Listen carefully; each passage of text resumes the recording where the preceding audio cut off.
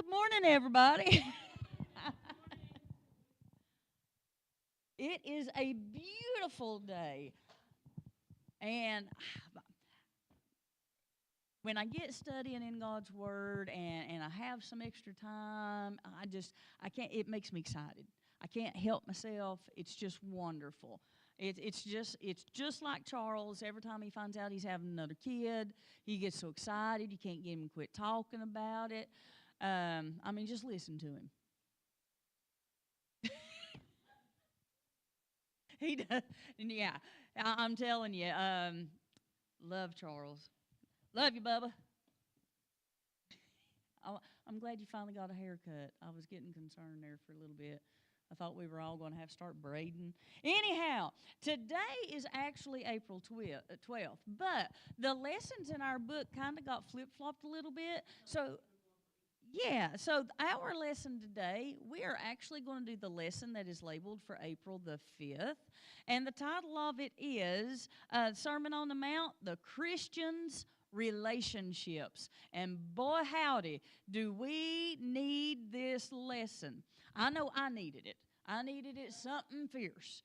Okay, so we've got to really just jump in and dig on this one. But before we get started on that, I am going to say just if you have a prayer request, just simply raise your hand. God knows what it is already. All right. Just think about it, send that to God. And we're going to go to the Lord in prayer, and then we will take up our offering. Brother Sammy, if you don't mind to get ready to take up the offering, I'd appreciate it. And I am going to ask Sister Janie, will you pray over our lesson and our offering, please?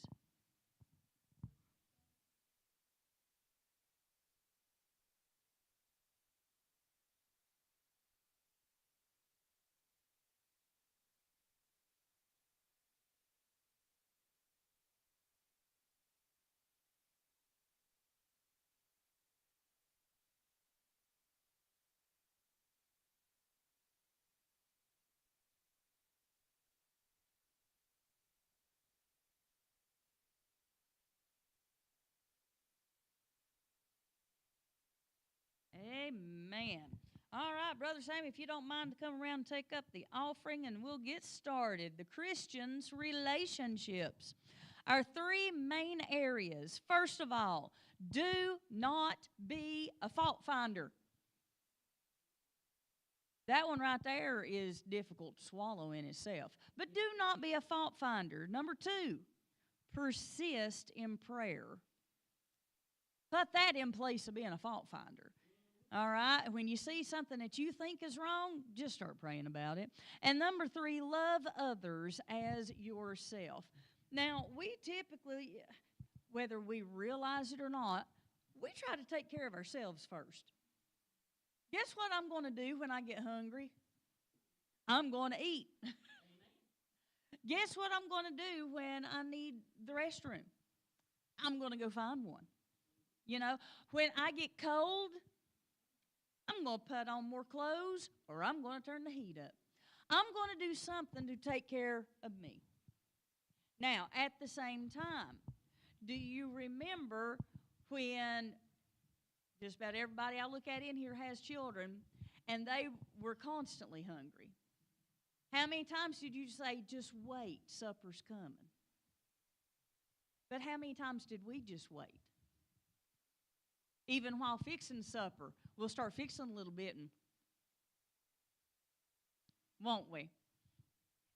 Sometimes I even have to catch myself to make sure I don't eat too much before or while I'm fixing supper because if I do, may not be enough for the family to eat. So I better keep myself in control, right? All right. Good morning, love. It is wonderful to see you. I have forgotten his name. Andrew. Good morning, Andrew. How are you, sir? You want to stay in here with your mom or you want to go to your age class?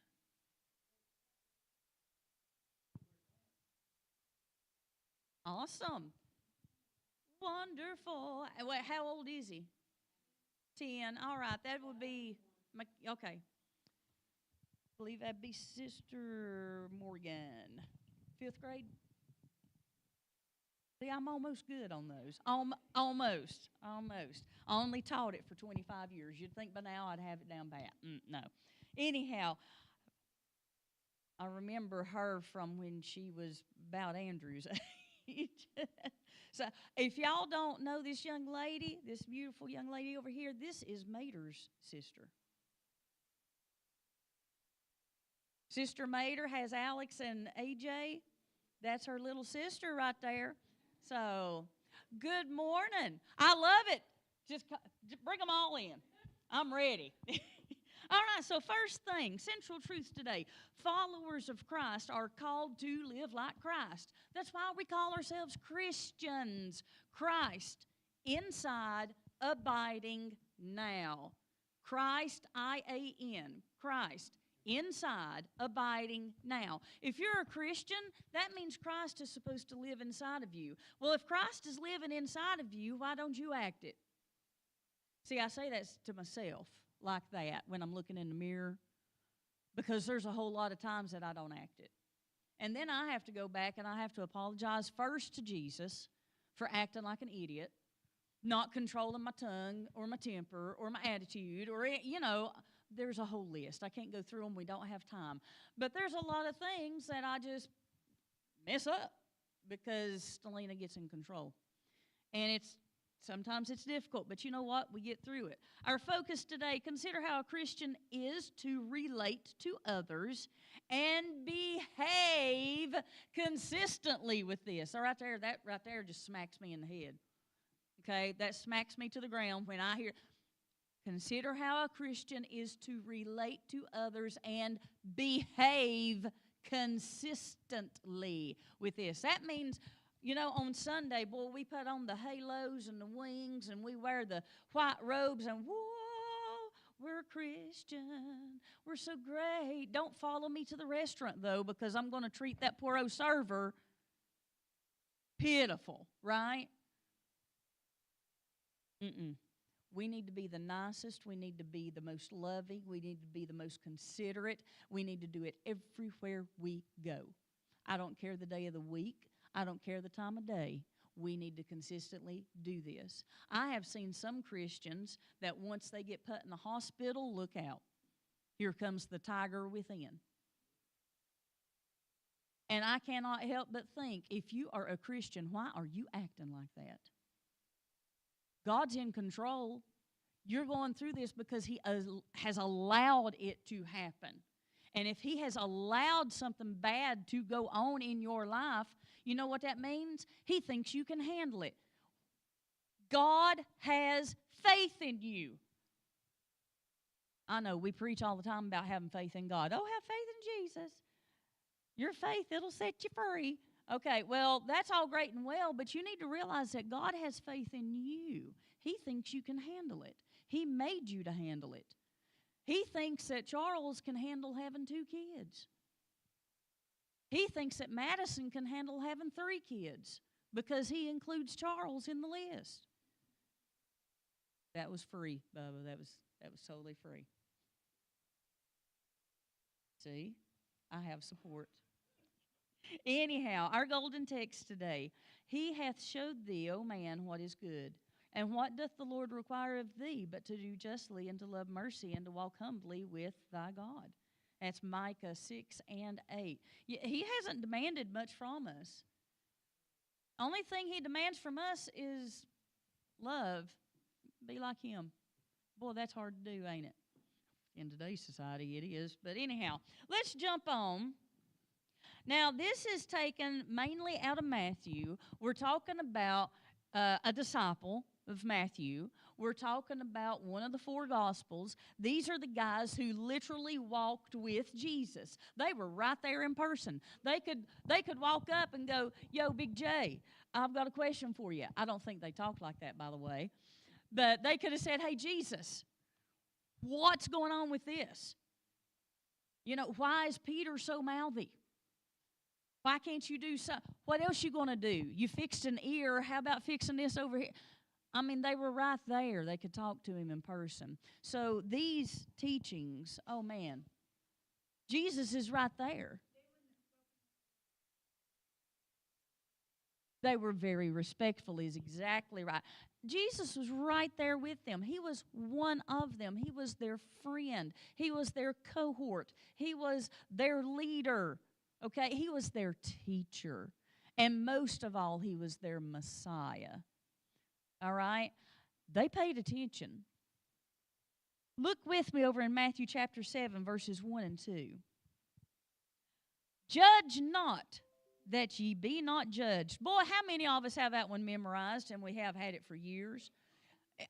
Don't sit there and tell me lies. You better raise them hands. Now, let's try it. How many people have said the phrase, judge not? I mean, come on. Anybody, raise your hand if you're over being a teenager. You're older than that. Okay, then I know that you've said that at some time in your life. Don't judge me. Judge not. I mean, come on. How many of y'all have seen people that they have the tattoos that says, only God can judge me? They need to really take that in their heart instead of putting it on their skin, because God's going to judge you.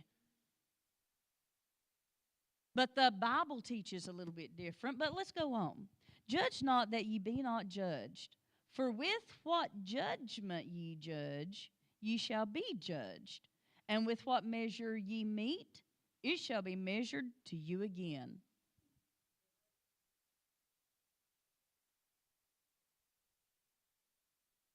Have you ever heard the phrase, what goes around comes around?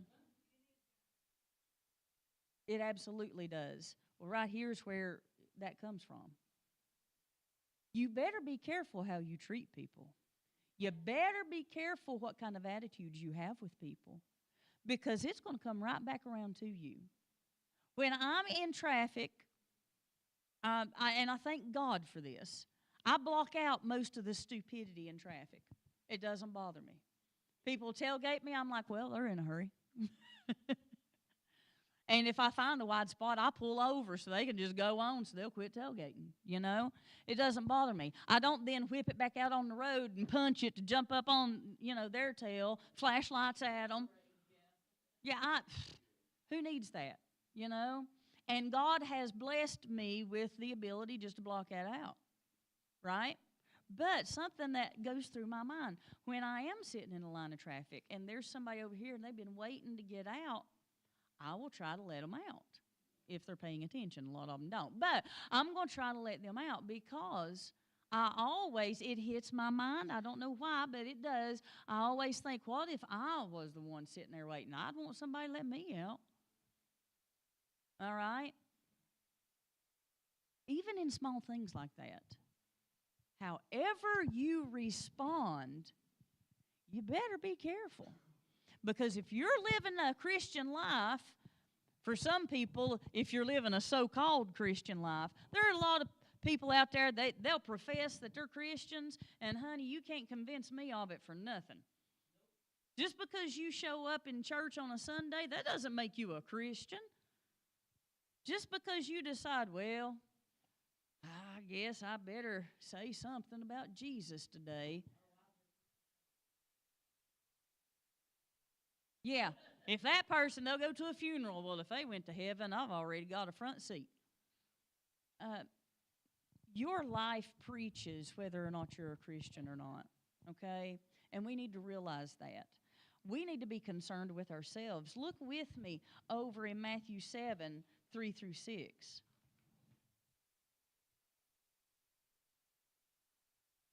And why beholdest thou the mote that is in thy brother's eye, but considerest not the beam that is in thine own eye?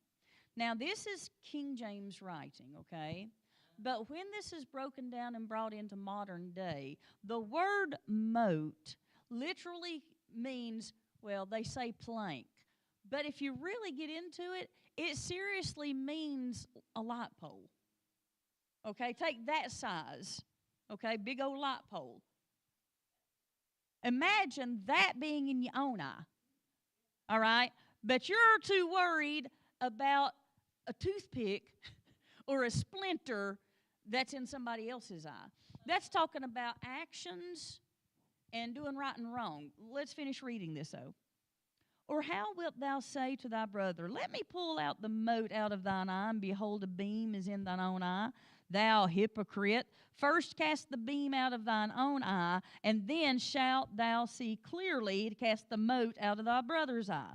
Give not that which is holy unto dogs, neither cast ye your pearls before swine, lest they trample them under their feet and turn again and rend you. Okay, separate verse number 6. Let's go back. Let's talk about the mote and the beam. And actually, I did those completely reversed. The beam that's in your own eye is the light pole, okay? And the mote is the splinter, okay? If I see you doing something wrong, and I'm like, oh, I want you to look. I want you to look at Melissa. She was doing this. I need to go tell her about that. But I'm over here doing something much more than she is. Who do I need to focus on when it comes to the Christianity aspect? Do I need to really focus on her, or do I need to focus on me?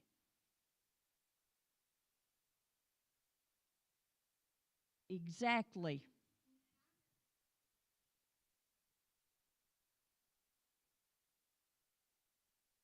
It's every day. When does the Bible tell us to pray? Without ceasing, and that means all the time. So that tells me, when should I be developing my relationship with Jesus? If I'm praying to Jesus all the time, am I not having a conversation with Him all the time? If I talk to you constantly, are you going to learn a lot about me? If I'm having a conversation with you constantly, am I going to learn about you? Now remember, conversation is two ways. That's why I changed the wording. Prayer is me talking, but a conversation is me also doing what? Listening. How can I listen to Jesus? Get in the Word. Right there's a big one. That's like the first thing that should hit our mind. Read your Bible. Honey, you don't even have to read it yourself. You can have it read to you every day. You could set it as your alarm on your phone. As soon as the alarm goes off, it just starts quoting Scripture. That's the first thing you hear. Boy, wouldn't that be nice? First thing that goes into your head is Scripture. What kind of a day do you think you'd have if the first thing that went inside your ears was Scripture? My phone alarm is set right now too loud. This morning I about jumped out of the bed. But anyhow, I'm amazed that Jimmy didn't immediately swing and go, whoa, cut that off. But it is set to Christian music. Because I have this habit. My daughter says I have a little bit of the tism, so I think that's why it sticks to me. Music sticks in my head. I can't get rid of it. And I want to make sure the right kind of music is sticking. So as soon as my alarm goes off, it's going to be a Christian song. And the rest of the time I'm getting ready, it's like I can't. It's on repeat, and I can't stop it. And I'm just like, okay, I might as well sing this now. I might as well go along with it. And finally, I'll just go ahead and cut the song on and let it play the rest of the way out. You talk about starting a day out good. Oh, every time somebody calls, you get My Lighthouse. Isn't that wonderful? That is a wonderful thing to have. And we need to realize we need to start every day out right. And according to this, we need to be consistent. Remember, over in our focus today. Focus. I need to focus more. Consider how a Christian is to relate to others and behave consistently with this. What does the word consistently mean, guys? All the time. See, that's the one thing that needs to be in the head, all the time, all the time, all the time. Jesus. Jesus now, Jesus yesterday, Jesus tomorrow, but Jesus now. In every decision we make. It should not take things happening in our lives. How many of y'all, you've had something happen in your life that feels like Jesus slapped you upside the head to get your attention. I know I have. Now, with me, I'll be honest with you, it's been more than one thing because I'm one of those very distracted people. And I get those beams growing out of my own eyes, and Jesus has to, he has to get my attention. And he has to do it in a way that really does get my attention. And one way that does get my attention, sickness. You put me where I can't move or I can't talk. And guess what? Breathing is directly related to talking and singing. You get that stuff going on, and oh man, I just feel like go ahead and kill me. What am I worth? I ain't worth nothing. Put me flat on my back where I can't move. Well, hello, knee surgery. That one put me in a recliner for about 3 straight weeks.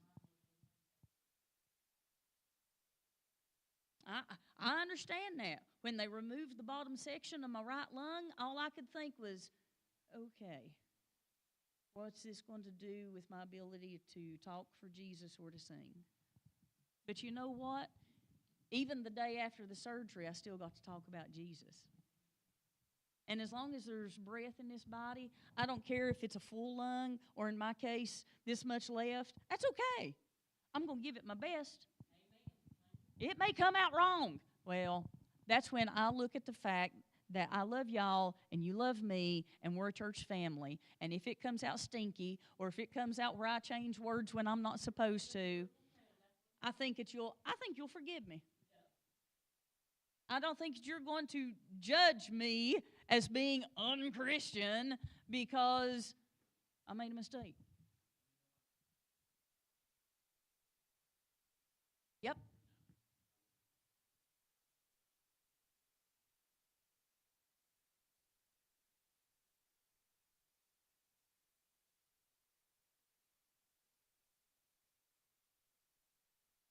And see, even while having these surgeries, lung surgery, needs to pick a surgery. I've had plenty. Even while having those, I had no worry. I had no concern. But boy, when you put me on the flat of my back, things like, well, the devil will come in with depression. How many of y'all have heard that phrase, an idle mind? What is that? That's the devil's workshop. He'll get you thinking about stuff like, oh my goodness, do they really like me? Yeah. Yeah. And and we get so hung up on certain things that we forget about really the major thing. Okay, who can I talk to while I'm there? Who can I show Jesus to while I'm there? Who can I be nice to no matter what? When you have a nurse look at you and say, I just want to come and stay in your room, okay? When you have them and they come in and they're like, it's rough out there. I'm going to stay in here for a few minutes if you don't mind. Help yourself, pull up a chair. Exactly. They're taking care of you. But I can tell you right now, if we go over here to Sister Ella and look at her and say, well, now the people you tend to don't probably tell you too much. She's in the NICU now. So I don't think those talk to her too awful much. They say plenty. I'm sure they complain in their own way. But before you got to that, I'm sure that if we looked at her and said, oh, I bet every patient in there that said they believed in Jesus, they were so sweet. Nah. You make somebody feel bad, and what happens to their attitude? They'll act bad. And every one of you wives, I know very good and well that you agree with that, because I've heard so many times, Lord, when he gets sick, you about can't stand him. How many of you wives have ever said that? Lord, when he gets sick, you can't stand him. That man turns into the biggest baby I've ever met in my life. I have to give it time, Ella. It'll happen. Oh, it's already happened. All right. I mean, we get but we need to realize first, First, I'm not a wife. First, I am a Christian. And just because Jimmy has been my husband for 27 years, that doesn't mean I've got the right to snap his head off when I've got the worst headache I've had in 2 weeks. That doesn't give me the right to tell him to get away from me and leave me alone. I am not in the mood to talk to him right then because my knees are killing me. My joints are aching. Have you looked at the rain outside, man? I mean, let's get real, people. It doesn't excuse me from my Christianity when I am home and comfortable. As a matter of fact, I should start being more Christian there to set the right example to get my household into the house of Jesus. Very lively crickets. Anyway, but we need to understand this, do we not? We need to be consistent everywhere we go. Let's go on. Ooh, perfect place to go on to. Persist in prayer. Persist in prayer. Matthew 7:7-8 says, Ask, and it shall be given you. Seek, and ye shall find. Knock, and it shall be opened unto you. For everyone that asketh receiveth, and he that seeketh findeth, and to him that knocketh it shall be opened. If we will just ask. How many of us have told our kids, just ask? We've told our spouses, just ask. If you would just let me know something, I could take care of it. I can't fix what I don't know. Okay? I can't take care of something if you don't let me know. Communication is key. I love it when I'm saying these things and I see certain smiles going on because I know right then I'm in your house. Yep. I know I've been in the car with you, apparently. When in reality, it's not me at all, it's Jesus. And He knows. We are humans. We are made like whom? Jesus. We are made in His image. He knows us from the inside out because He created us. He understands us. There have been times that I was telling you the best way to get to me, and the devil knows this, so I don't care to say it out loud, is through the sickness. All right? But I've got a God that's bigger than the devil, and God has healed me more than one time, and He'll heal me again if I get sick again. So I don't, like Sammy, I don't worry about it. All right? That's the best thing. I'm going to make a T-shirt that says, like Sammy, I don't worry about it. Just so everybody will ask me who Sammy is. Anyhow, but the other thing, being a school teacher, is one that's very dear to the heart when something happens to one of my kids. We saw that tragedy in this community just a couple weeks ago.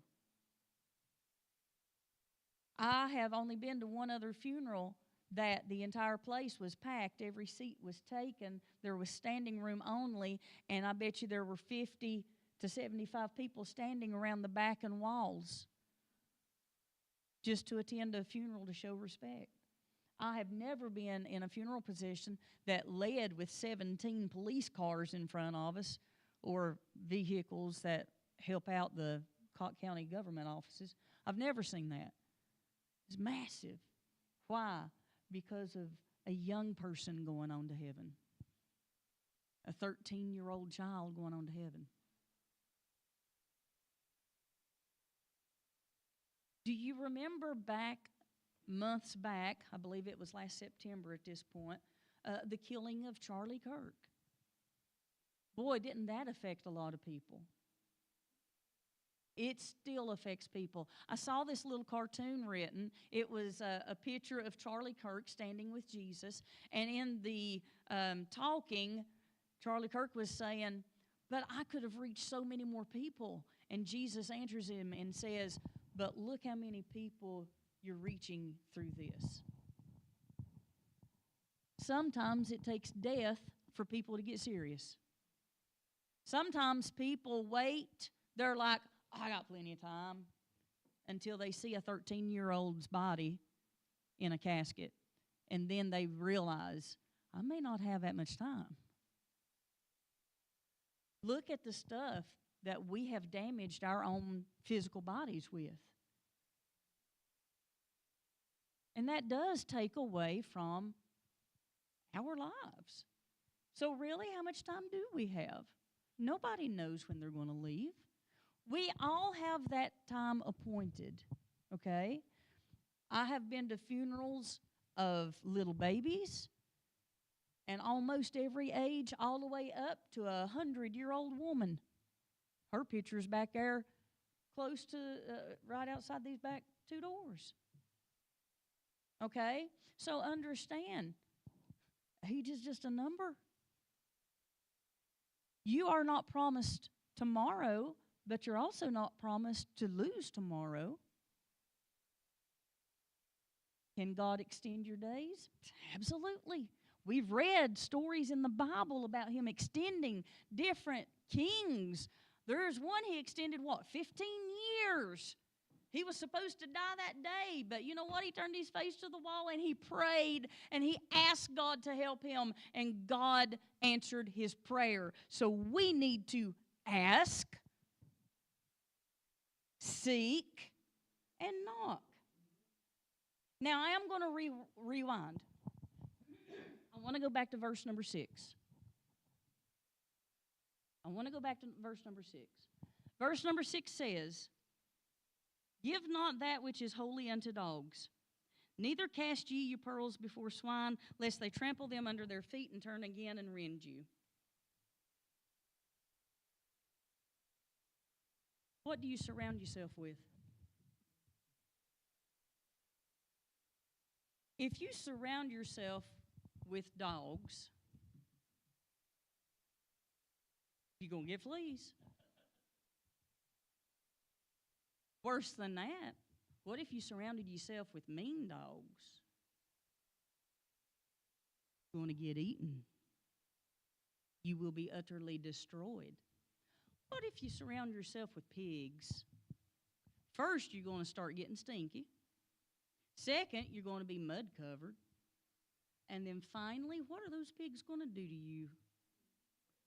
They will trample you to take you down first. And then they're going to devour you. You'll be destroyed. What are you surrounding yourself with? What do you have in your house? We need to clean house. Jimmy has preached and told this story before. When Jimmy and I first got married, we thought it would be fun for us to have, I think it was a Nintendo Genesis. It was one of them black box kind. I can't remember what kind. It is a long time ago. And we thought, well, we're going to get this. And, of course, it came with 2 free games. And I don't think we bought another game yet. We were checking out them 2 free ones because we were cheap. All right? At this point, we only owned a couch and a TV. We couldn't do too awful much. And thank God the couch we decided to get on a payment plan, it had a fold-out bed so David could come and visit. That's the only thing that Jimmy cared about. So as long as the brother can come visit, we're good to go. And we got this game, and every single, it had some kind of a dinosaur on it. I can't even remember the game, but we'd play that game. Oh, and we'd play it every night. And we played it as soon as we got home. Then we started playing it as soon as we got home into every night. Then we started eating supper in front of the TV. Do you see the problem yet?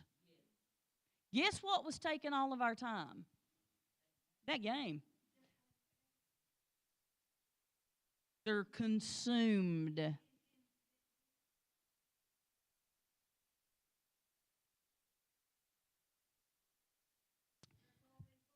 I really want to do some research one day when I have time. That probably won't ever happen.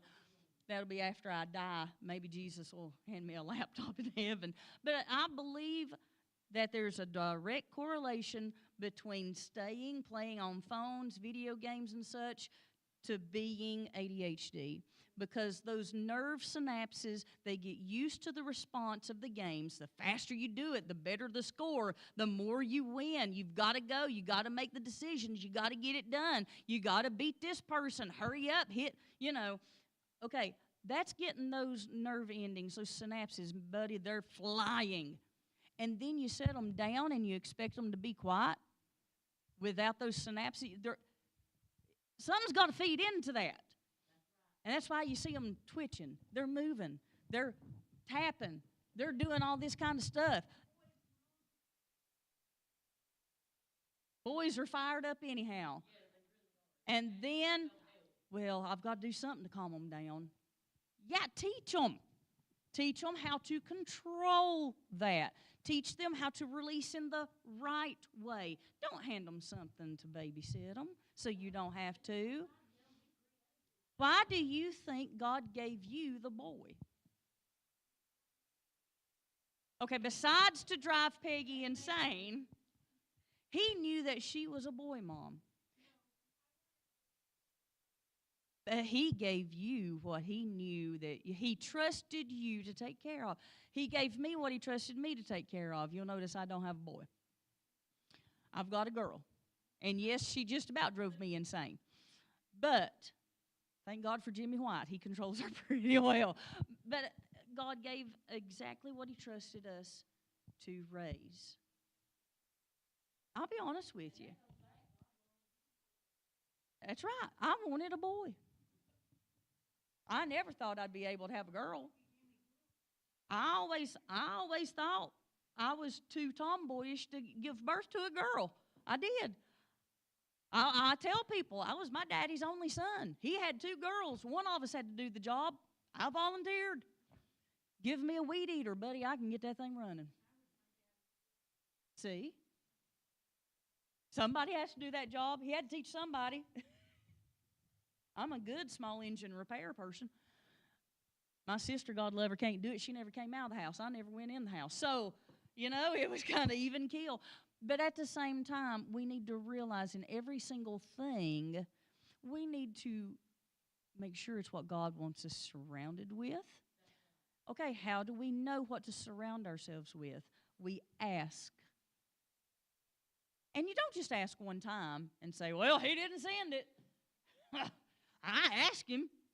When did you ask Him? Did you ask Him? I asked Him Sunday at church. Did you ask Him Monday? Did you ask Him Tuesday? I was there Wednesday night for Bible study. I listened to it online. Did you put effort forth to get the Bible out yourself? Did you actually pray about it before Bible study? Okay, Charlotte?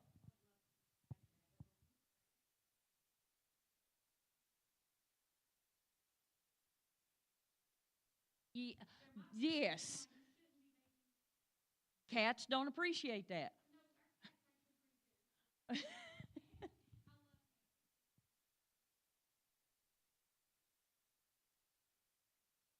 Yep.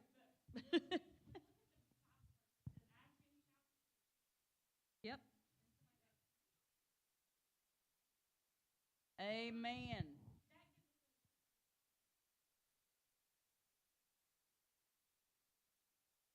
He never did give it to me. I'm still driving the Pinto.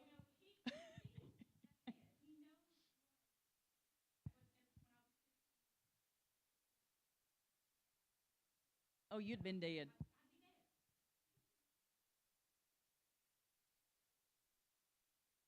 Yep. Yep.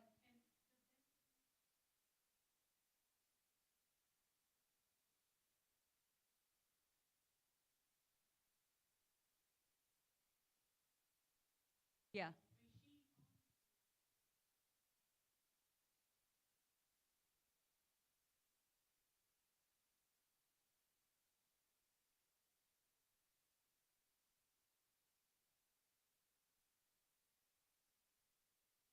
Yep.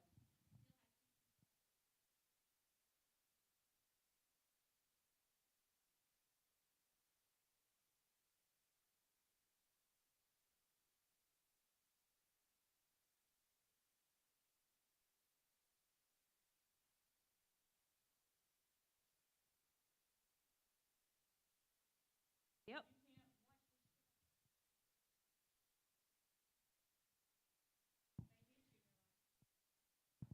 that show that you just talked about, Charlotte, it's a swine. If you allow these things into your children's minds, your own, you're allowing yourself to be surrounded by those dogs. You're throwing yourself to the dogs. You're throwing yourself to the swine. And what's going to happen? You're going to get into the same habits. You're going to grow numb to certain things. In today's society, I was listening to this even on the way to church this morning. I was listening to a study that they're doing on different political parties using the F-bomb and how many times they use it now. When I was a teenager, you never heard of that being used. That's exactly right. If a congressperson had used the F-bomb, they'd have been thrown out. They would have been impeached right then. They'd been like, you're not good for America, you're out. And now they say it normally. We are growing numb to these things. We need to stand up and put a stop to it. We need to grow some backbones as Christians. Whatever happened to saying no to our children? Whatever happened to saying, no, I'm not listening to that. No, my ears are not trash cans. No, I don't allow that in my house. Whatever happened to that? Oh, it's okay if you do it just a little bit. The Bible teaches it's okay if you do it in moderation. No.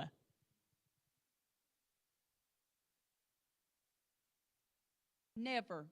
And there are things, if you allow certain things into your body grows accustomed to it. It grows used to it. I'm on certain medications even today that when I started, I was on this little bitty low dose, and then my body adjusted to it. And guess what the doctor did? Raise it up a little bit more. And then after I took it for a while, my body got accustomed to it. And I go back to the doctor, I'm like, this ain't working no more. Guess what the doctor did? Raise it up a little bit more. It works the same in every situation in life. If you're hateful to even with attitudes, if you're hateful to somebody and get by with it, you will continue to do that.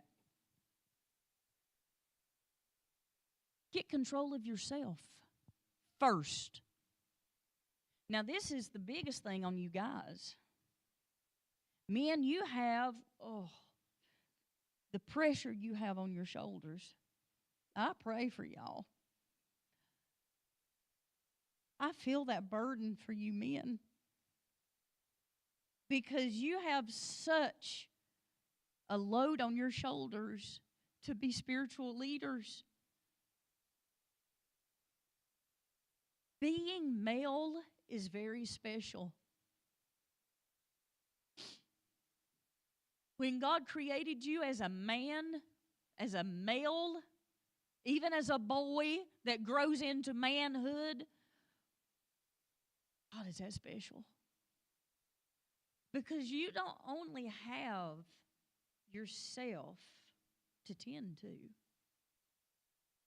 As you age, and it happens to everybody, if you don't believe me, well, just look at Bryson and Bubba. I mean, it happens to, I'm just playing. It happens to everybody. They have grown up. And they have others now on their shoulders. Bryson, you don't just look out for Bryson, do you? Who do you look out for? Ella, you guess? No, Ella, you know. Because when you agreed to become as one, that went on your shoulders. Tyler, you need to pay close attention, son. Because November's coming. And you're not agreeing just to tend to Tyler anymore. Those shoulders better be big enough to hold Tyler and Leanna. Sammy, when Sammy was created, even when Sammy was in the womb, And God was forming him into being a boy. He had Amy in mind for Sammy. God formed Sammy's spiritual shoulders to carry Amy. So in that household, God expects that. He expects that spiritual leadership. You guys, I'm telling you, the burden is great. And to try to meet that burden, to provide, to protect, it makes me happy to be female. I'm glad I was a girl. Growing up, I used to think, man, I wish I was a boy. Not no more. Hey, leave me alone. I'm a happy woman. All right? Our responsibility is also huge. Because, yeah, you've got that male Godhead, pretty much, that's supposed to be that spiritual leader. And then right below him, guess who's there, girls? And then right below us, we have the children. And there's a lot of situations we don't have that set up, do we? Oh, my goodness, how many times do we look around and there's one part or the other they're missing? And when that happens, the other one has to step into more than one role, and they have to take care of it. And being a single mother, it's not easy, is it, Priscilla? Trying. And sometimes neither parent steps in. And that's where we need to step in. Yep, I've done it again. Anyhow, the father's Amy, because she was back there going, yep. Yep, here we go. This is why they got me out of teaching, because I never can finish a lesson. I'm sorry. Or what man is there of you whom his son asks bread will give him a stone? Oh, let's just talk about it. Even those who don't know Jesus, if their kid comes in hungry, it pricks the heart to where, oh, that's my child, I need to feed them. Yeah. Just wait a little while longer. No, you feel because that child is hungry. That's your child. Well, how do you think God feels about us? He created us. And God has a special place for us. Let's look at, if I could get the pages to turn like I want the pages to turn. Thank goodness this is actually a short lesson. It's a short lesson. I still didn't get through it. Oh, the golden rule. I love it and hate it all at the same time. Matthew 7:12. Therefore, all things whatsoever ye would that men should do to you, do ye even so to them. For this is the law and the prophets. If you want somebody to treat you a certain way, you need to treat them that way first. The golden rule is not do unto others how they do unto you. No, that's not how it is. You do unto others like you want them to do unto you. I want my husband to be nice to me. All right, well, are you nice to him? We won't go there. The altar's open. Anyhow, I want my husband to bring me a chocolate every once in a while, a little gift, a little pick-me-up. Well, when's the last time you got something for him? I just wish that man would mow the yard. Well, when's the last time you cooked dinner and had it ready when he got home?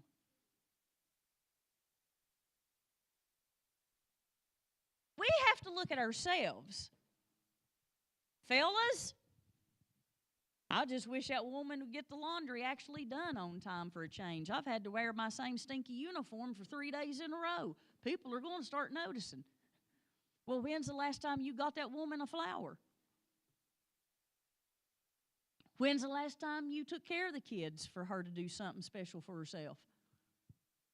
When's the last time that you did supper for the children? I don't care if it is taking them to McDonald's so she could go get a pedicure.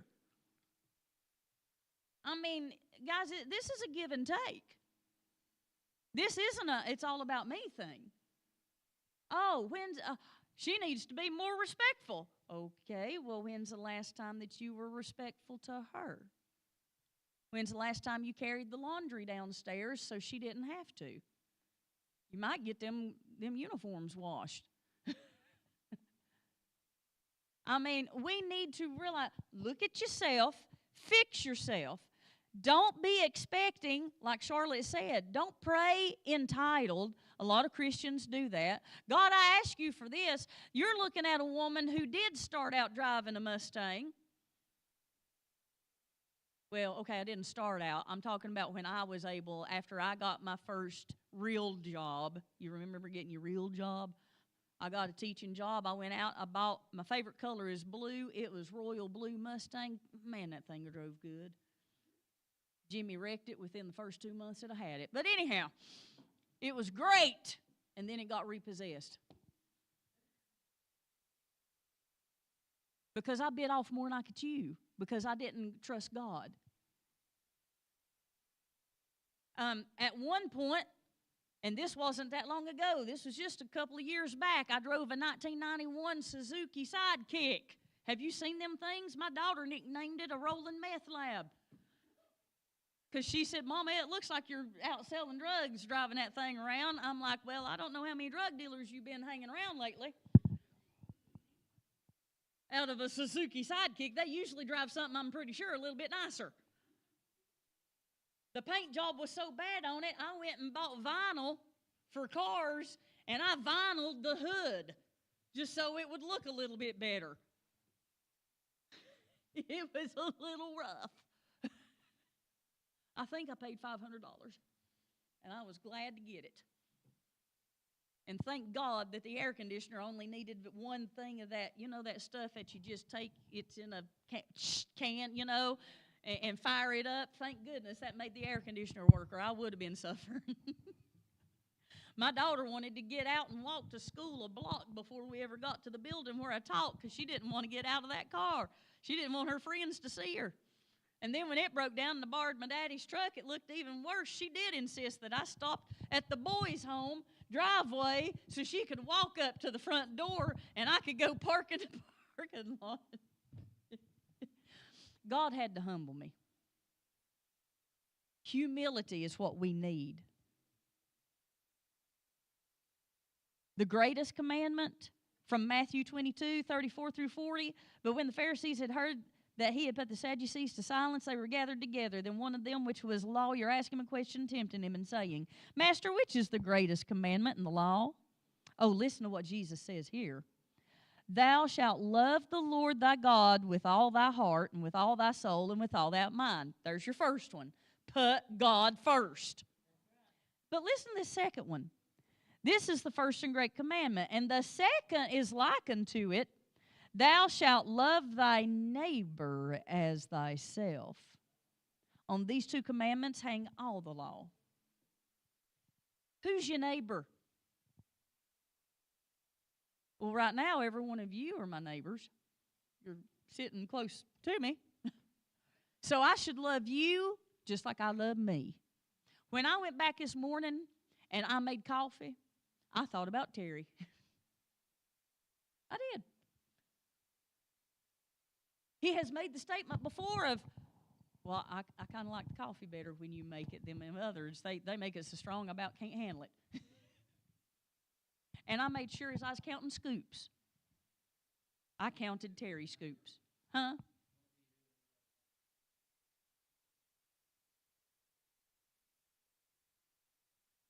Okay. Sometimes the way you love somebody is to steer clear. That is showing love.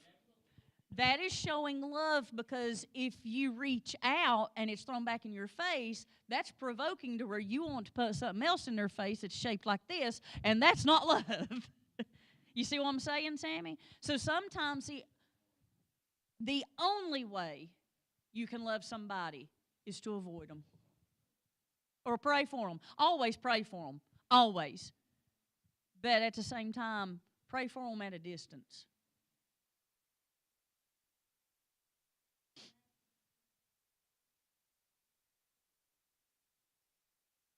They're not moving in with you. When they come and knock on the door and they ask, hey, can I borrow this? Or could, you know, or you parked over on my lawn again. you're killing the grass, and you know very good and well your fence is 3 feet on your, when they act in certain ways, keep it together. They're going to leave and go home. Plus, when you don't react, they have nothing to fight with. It deflates their balloon of hatred to where they're like, well, forget it, I'm going home. You know what I'm saying? Love them from a distance. Pray for them from a distance. That's the best thing to do. Guys, I hope you learned something today. Thank goodness it was kind of a short lesson where I did get through it, but not thoroughly. This is why they don't hardly let me teach anymore. But thank you. Thank you. Anyway, that's why I asked Charlotte and David to come visit so I could get clapping. Guys, worship God today. Put God first today. Put God first every day. All right? When you speak to somebody, is that what God would say to them? How you treat somebody, is that how God would treat them? When you leave church and you're on the road and you want to ride somebody's bumper, would Jesus ride them? Think about it. Okay? I love y'all. I hope that you learned something. Come back again.